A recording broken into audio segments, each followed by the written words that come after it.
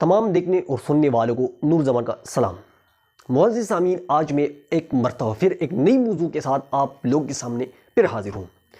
آج کا ہمارا موضوع کا جو عنوان ہے وہ ہے ادب۔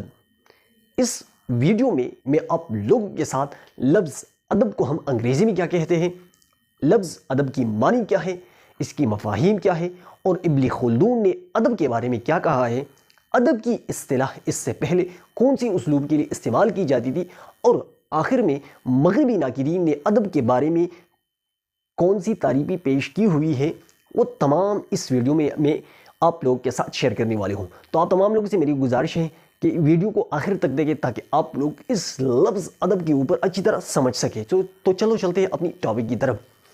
ادب کو ہم انگریزی میں لٹریچر کہتے ہیں۔ معنی، ادب کی معنی کو لفظ ادب سے ہم مختلف معنی مراد لیتے ہیں، جیسا کہ شائستگی، تمیز، لحاظ اور علم زبان۔ لفظ ادب سے یہ معنی ہم مراد لیتے ہیں۔ ادب کی جو اصطلاح ہے وہ فن کی ایک مقبول تخلیقی شعبے سے متعلق ہے، لیکن مجلس آداب، مہمان نوازی، تعلیم و تعلم، صرف و نحو اور زباندانی کی مفاہیم بھی اس سے مراد لیے جاتے ہیں۔ ٹھیک ہے، اس کے علاوہ ابن خلدون نے ادب کو علم قرار دیا ہے۔ ادب کی اصطلاح اس سے پہلے منشیگری اور انشا نگاری کے لیے بھی رائج تھی۔ ادب میں تخلیقیت کا عنصر کب اور کیسے شامل ہوا اس کے بارے میں کچھ علم نہیں، لیکن بہرحال وہم، خیال، تصور و تخیل کی کرشمہ سازیوں نے اس اصطلاح کو جدید پیرہن عطا کیا۔ مغربی ناقدین نے لفظ یعنی ادب کے بارے میں جو تعریفیں پیش کی ہوئی ہے وہ کچھ یوں ہے۔ مغربی ناقدین کی نظر میں مائکین لکھتا ہے، قدرت نے انسان میں جو سرمدی صلاحیتیں ودیت کی ہیں ان کا اظہار ادب ہے۔ سرمدی کا مطلب ہے قدرتی، ودیت کا مطلب ہے رقی۔ تو اس کا سمپل سا مطلب یہ ہے کہ مائکین کا سمپل سا مطلب یہ ہے کہ قدرت نے انسان میں جو صلاحیتیں رکھی ہوئی ہے اور جب وہ اس کا اظہار کرتے ہیں تو اس کو ہم کیا کہتے ہیں، اس کو ہم ادب کہتے ہیں۔ دوسرے نمبر پر ہے نیومین کہتے ہیں، زبان اور الفاظ کے ذریعے سے انسانی افکار و خیالات اور محسوسات کے اظہار کو وہ ادب کہتے ہیں۔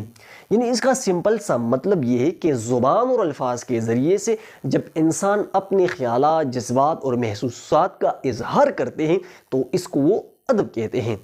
تیسرے نمبر پر ہے میتو آرنالڈ۔ وہ کہتے ہیں کہ وہ تمام علوم جو کتابوں کے ذریعے ہم تک پہنچتا ہے ادب ہیں۔ یعنی میتو آرنالڈ کے مطابق وہ تمام علوم جو کتابوں کے ذریعے ہم تک پہنچتا ہے وہ ادب ہیں۔ تو بہرحال ان تمام تعریفوں کو جب ہم دیکھتے ہیں تو اس سے ہمیں ایک نتیجہ اخذ ہوتا ہے، اور وہ یہ ہے کہ تحریر جو ہے وہ ادب کی جان ہے۔ ہم جو بھی چیز ادب کے بارے میں جب پیش کرتے ہیں تو وہ زبان اور الفاظ کے ذریعے ہوگی اور وہ تحریری شکل میں بھی ہو سکتی ہے۔ بہرحال ادب کے بارے میں ہم سادہ سا الفاظ میں ہم یہ کہتے ہیں کہ ہم ادب کو آرٹ کی ایک شاخ اور فنی لطیفہ بھی کہہ سکتے ہیں۔ آرٹ کو ہم سادہ سا الفاظ میں آرٹ اور فنی لطیفہ بھی کہہ سکتے ہیں، جو نثر اور شاعری پر مشتمل ہوتا ہے۔ ادب جو ہے وہ شاعری اور نثر دونوں پر مشتمل ہوتا ہے۔